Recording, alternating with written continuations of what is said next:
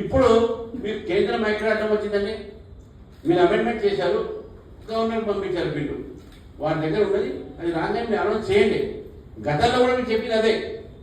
మీరు చిత్తశుద్ధి ఉంటే అమెండ్మెంట్ చేసి నోటిఫికేషన్ ఇవ్వాలి. గవర్నర్ ప్రెసిడెంట్ సంబంధం లేదు. నిజంగా కూడా ప్రెసిడెంట్కు సంబంధం ప్రెసిడెంట్ దగ్గర పంపిస్తే ప్రెసిడెంట్ ఆఫ్ ఇండియా దగ్గర దేశవ్యాప్తంగా కూడా అన్ని బిల్స్ వస్తాయి. అవన్నీ బిల్స్ కూడా అసెంబ్లీ అకార్డింగ్ ఆ లైన్గా వస్తాయి. అది డిలే అవుతుంది. అంత దూరం పోవాల్సిన అవసరమే లేకుండా మీకు ఇక్కడే అమెండ్మెంట్ చేసి గవర్నర్ 60 రోజుల్లో దాన్ని అసెంట్ పంపిస్తారు. అది మీరు గవర్నర్ చూసుకున్నట్టుగా అది అడ్మినిస్ట్రేటివ్ రిలేషన్స్. అది కానీ మొన్నటి వరకు బీజేపీ అడ్డుపడుతుంది. బీజేపీ ఎక్కడ అడ్డుపడ్డదండి? కేంద్ర ప్రభుత్వం అడ్డం ఎక్కడ పడిందండి? మీకు న్యాయస్థానాలు అడ్డుపడ్డదా? మీ న్యాయ ఒక ప్రక్రియకు అడ్డపడ్డదా? మీ బిల్లుకు అడ్డం పడ్డావా? ఎక్కడ పడ్డా అడ్డం పడ్డావు? మీరు సవరణ చేయకుండా తప్పుడు లెక్కలని పంపిస్తే అది ఎవరు చూస్తారా కదా?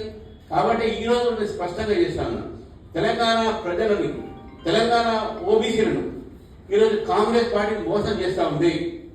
ఈ యొక్క కామారెడ్డి డిక్లరేషన్ వీళ్ళు చేసినటువంటి వాగ్దానము వీళ్ళు ప్రజలకు వాళ్ళు చూపెట్టాలి, వాళ్ళ ప్రజలకు వాళ్ళు అమలుపరచాలని చెప్పేసి వాళ్ళందరూ కోరుతున్న సమయంలో మీరు మా మీద రాలేయడము, మా మీద నెప్పమేయడం అనేది ఇది పొరపాటు.